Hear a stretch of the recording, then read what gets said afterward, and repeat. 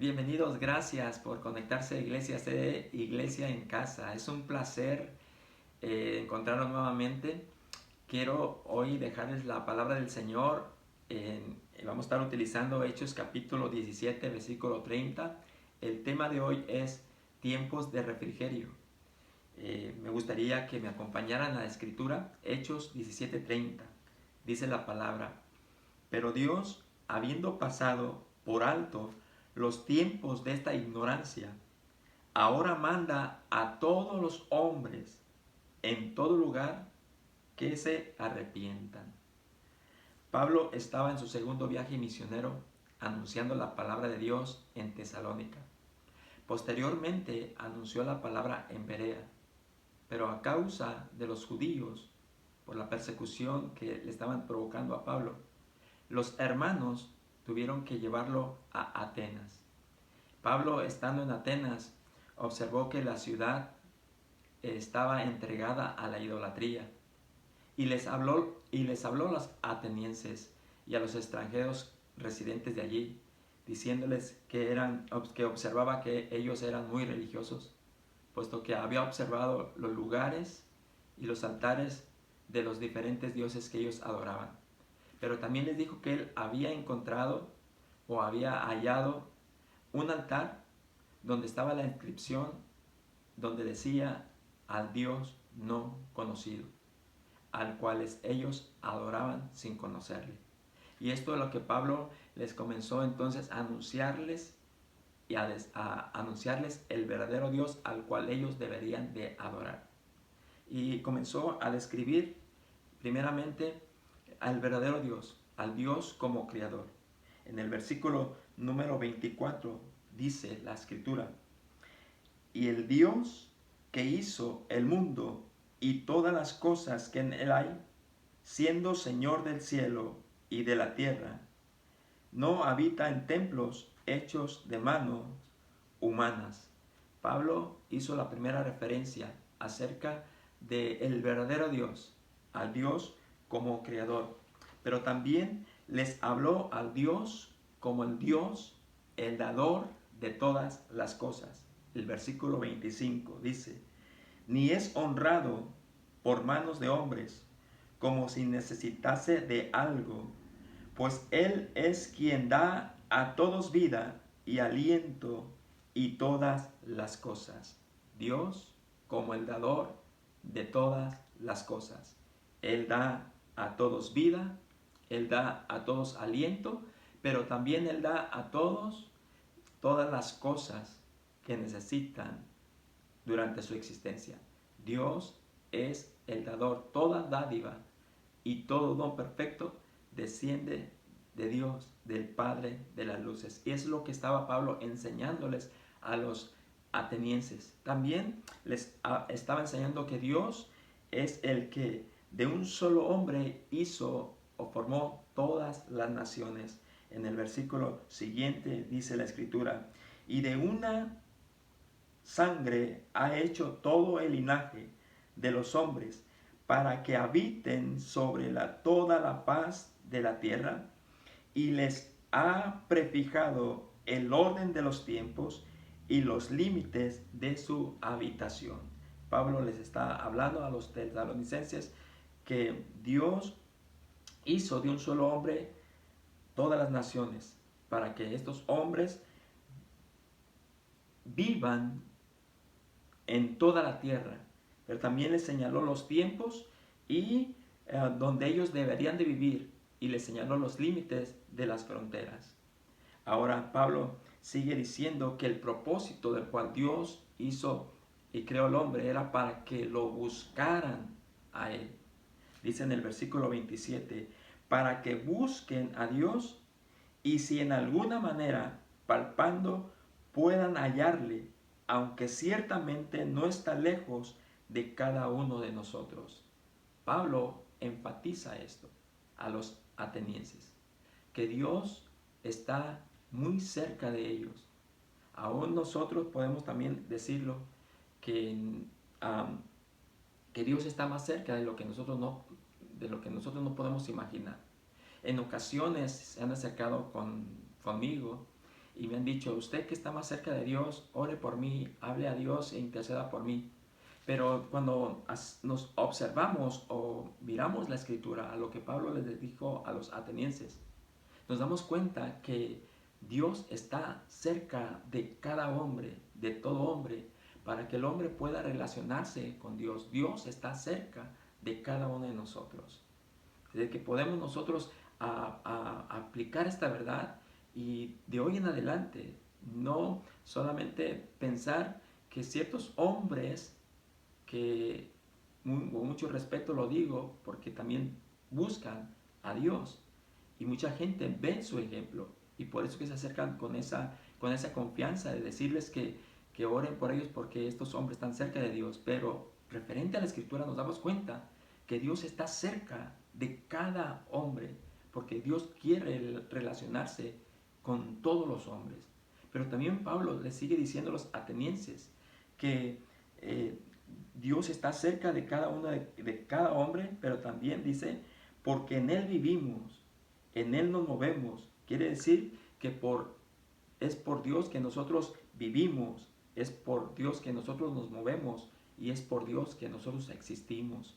Y eso es lo que Pablo les está hablando acerca de ese Dios que es el creador de todos los hombres. Y si somos nosotros creación de Dios, entonces nosotros no nos podemos imaginar cómo es Dios en realidad. Que no hay quien no podemos imaginarnos cómo es Dios. Y por eso entonces no podemos representarlo con una imagen. No podemos nosotros, o no es posible que nosotros podamos fabricar una estatua de oro, de plata o de piedra para representar que ese es Dios. Dios no lo podemos nosotros, no podemos hacer una imagen de Él, porque Dios es espíritu. Y eso es lo que Pablo les está hablando a los, a los atenienses. En el versículo 29 dice, siendo pues linaje de Dios, no debemos pensar que la divinidad sea semejante a oro o plata o piedra, escultura de arte o de imaginación de hombre. Pero Pablo señala, aparte de que les habla de que Dios es nuestro creador y es el verdadero y único Dios verdadero, Pablo les plantea la forma de cómo ellos deberían conocer a Dios y relacionarse con Dios. Y lo primero que vemos en las escrituras es que al utilizar el pasaje que utilizamos al comienzo, es de que Dios mandó a todos los hombres que se arrepientan en todo lugar. Es que Dios hace la invitación a todos los hombres a que se arrepientan en todo lugar. Esto quiere decir que lo que estaba planteando Pablo para que el hombre conociera a Dios y se relacionase con Dios, todo iba a iniciar a que el hombre se volviera a Dios a través del arrepentimiento. ¿Qué es el arrepentimiento? El arrepentimiento es un cambio de dirección, un cambio de pensamiento, un cambio de manera de pensar. Se ha dicho mucho por ahí que si cambias tu manera de pensar, cambias tu manera de vivir. Al momento de tener un cambio de pensamiento y de acción, podemos entonces, va a haber un cambio de actitud y un cambio de nuestro comportamiento. Pero también el arrepentimiento es ver el mal que nosotros hemos provocado o que hemos hecho, o también ver que hemos pecado, hemos fallado a Dios en cuanto a sus estándares, en cuanto a sus mandamientos. Y al reconocer que somos pecadores y que hemos fallado, que hemos pecado a Dios, el arrepentimiento no solamente es una lamentación, algo superficial, es algo mucho más allá de reconocer que hemos transgredido, hemos fallado, hemos pecado contra Dios y que debe producir en nuestra vida ese arrepentimiento. Y hacerlo así, entonces, hay ese arrepentimiento. Pero mientras no exista un verdadero arrepentimiento en nosotros, un arrepentimiento genuino, no va a existir un cambio, no va a existir esa libertad o ese cambio de conducta o comportamiento en nuestra vida. Eso es lo que Pablo les está hablando a los atenienses. en la manera, en la forma correcta donde ellos podían conocer a Dios, era volviéndose a Dios a través del arrepentimiento. Pero también las escrituras nos señalan algunas virtudes. Cuando hablamos de virtudes es la disposición de Dios de hacer el bien. Virtudes que Dios hace para conducir al hombre al arrepentimiento. Y una de las virtudes es que Dios es paciente. Dice la escritura en 2 de Pedro capítulo 3 versículo 19. Dice, el Señor no retarda sus promesas, según algunos la tienen por tardanza, sino que es paciente para con nosotros. No quiere que ninguno perezca, sino que todos procedan al arrepentimiento. La virtud de Dios para conducir al hombre al arrepentimiento es que Él es paciente. Se ha oído decir que esperamos la venida del Señor Jesús, pero Jesús no ha vuelto, no ha regresado a la tierra, porque Él está esperando a que el hombre se arrepienta. Él tiene esa paciencia para que llegue un momento que el hombre pueda ver su condición, pueda pedir perdón a Dios, que ese es el motivo del Señor, que ningún hombre perezca, sino que todos vengan al arrepentimiento. Otra de la virtud que podemos encontrar en la Escritura en cuanto a Dios para conducir al hombre al arrepentimiento es que Él es benigno. Dice la Escritura en Romanos 2, versículo 4.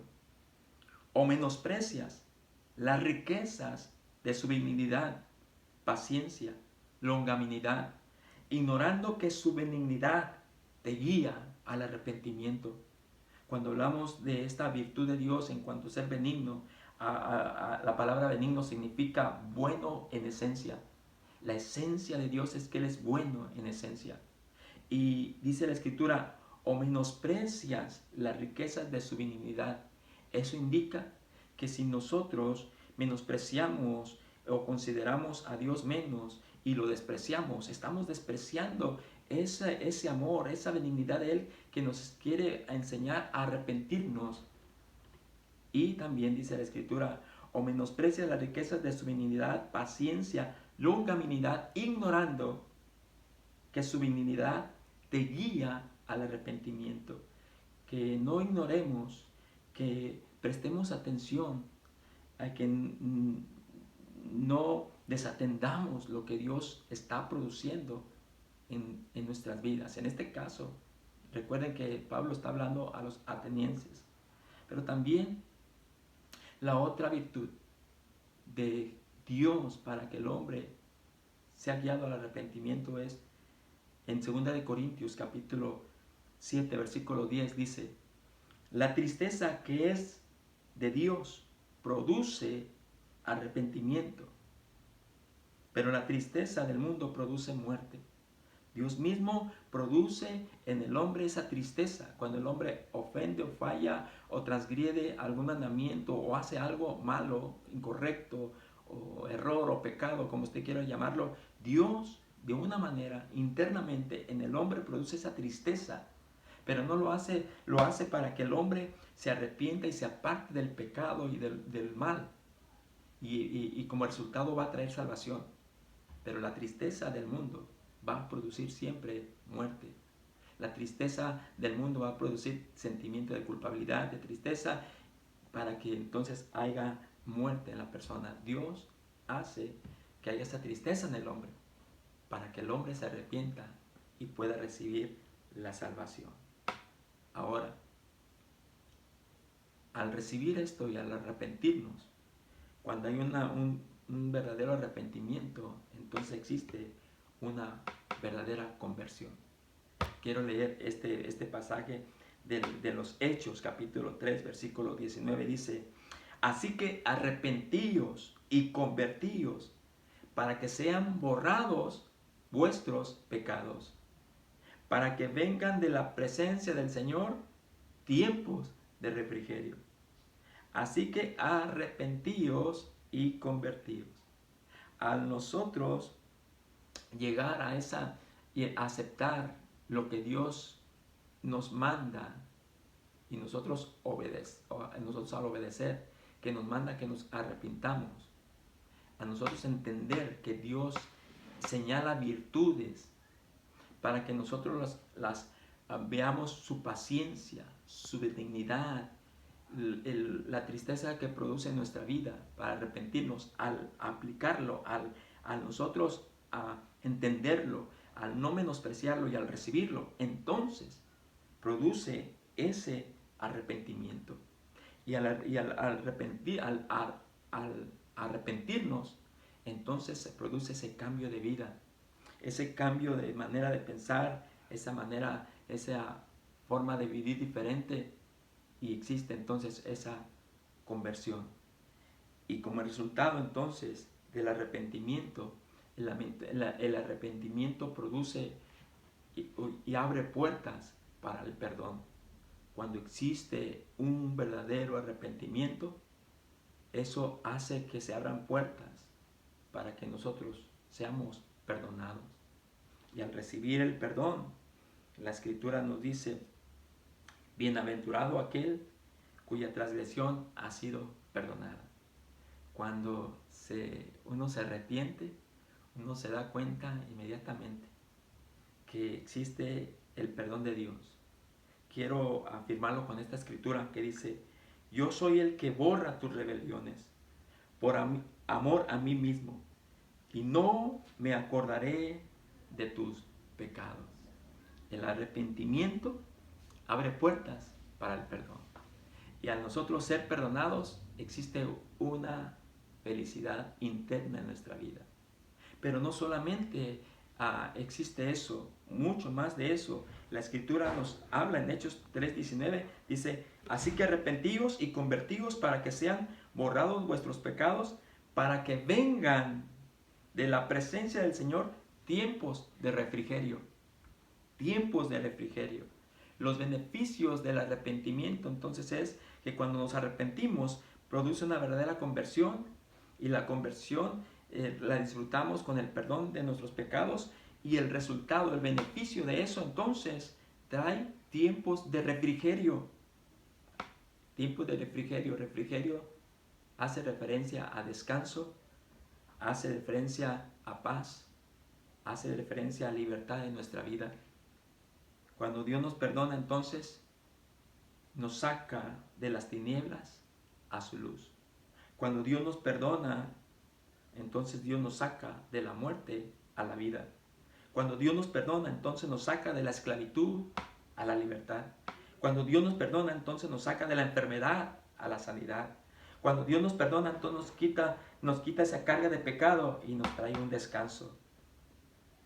Cada vez que alguien se arrepiente, y creo que todos, aún tú que quizá nunca has vivido esta experiencia, pero creo que todos aquellos que obedecemos a lo que Dios hoy nos manda decir, que nos manda a todos los hombres que nos arrepentamos en cualquier lugar, todos aquellos que hemos vivido esta experiencia, podemos decir que cuando recibimos el perdón de Dios, existe algo interno, una paz, un descanso, porque en lo espiritual hay algo que se mueve, que podamos nosotros decir: cuando me arrepentí y le pedí perdón a Dios, sentí algo que sucedió internamente, porque eso es lo que hace Dios. Dios da testimonio de que nos perdona. Dios da testimonio que nos saca de esas tinieblas de oscuridad, de incertidumbre, y nos lleva a una luz, a la luz de su Hijo amado Jesucristo. Que cuando Dios nos perdona sentimos esa vida que parecía que no había propósito de existencia. Dios nos saca de la muerte a la vida. Pero también cuando Dios nos perdona, nos sentimos libres, nos sentíamos antes atados, esclavos a algo o de alguien. Pero cuando le pedimos perdón a Dios, hay esa libertad. Pero también cuando le pedimos a Dios perdón, nos sentíamos enfermos en diferentes áreas de nuestra vida, sea mental, en cualquier área de nuestra vida, física. Cuando hay ese arrepentimiento y recibimos el perdón de Dios, entonces recibimos la sanidad. Y sobre todo, ese pecado o esa carga, esa pesadez que sentíamos dentro de nosotros cuando recibimos ese perdón de Dios, producto de nuestro arrepentimiento. Podemos entonces disfrutar de ese descanso en todas las áreas, emocional, espiritual y físico. Yo te invito a que juntos podamos ser obedientes. Hoy nos hace la invitación el Señor, una invitación, nos manda a que nos arrepintamos. Y eso no hace exclusión, no hace excepción de personas. Todos necesitamos del perdón de Dios. Necesitamos arrepentirnos. Hoy es el momento. En cualquier lugar que estés, yo te invito. Dios está ahí, más cerca de lo que tú te puedes imaginar. Él no te rechaza, no te menosprecia. Aún recuerda que Él te guía, que Él es benigno, que Él es paciente. Y la tristeza que a veces sientes en tu corazón es que Dios te está enseñando a que puedas llegar a Él y que Él te va a ofrecer perdón, salvación y vida eterna. ¿Te gustaría hacer una oración hoy y disfrutar de esa libertad, de ese perdón de Dios? Hazlo conmigo y vamos a repetir juntos diciendo: Padre, he escuchado hoy tu palabra, he escuchado hoy tu voz, y gracias porque pensé por un momento que estabas lejos de mí. Y ahora escuchar tu palabra me doy cuenta que tú siempre estás cerca y yo soy el que me he alejado o que me alejo de ti. Hoy, Padre, quiero pedirte perdón.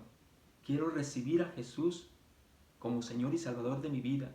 Quiero confesarlo y quiero pedirte que me perdones de todos mis pecados. Quiero, Padre, en este momento arrepentirme de todo corazón y pedir que tú, Padre eterno, reines, gobiernes mi vida. Gracias por la palabra que hoy he recibido.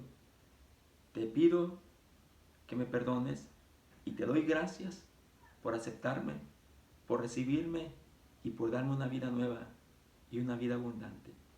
Mil gracias, Padre, en el nombre de Jesús. Amén y amén. Dios te bendiga, Dios te siga prosperando y recuerda que hoy que has hecho esta oración, tú eres una nueva persona.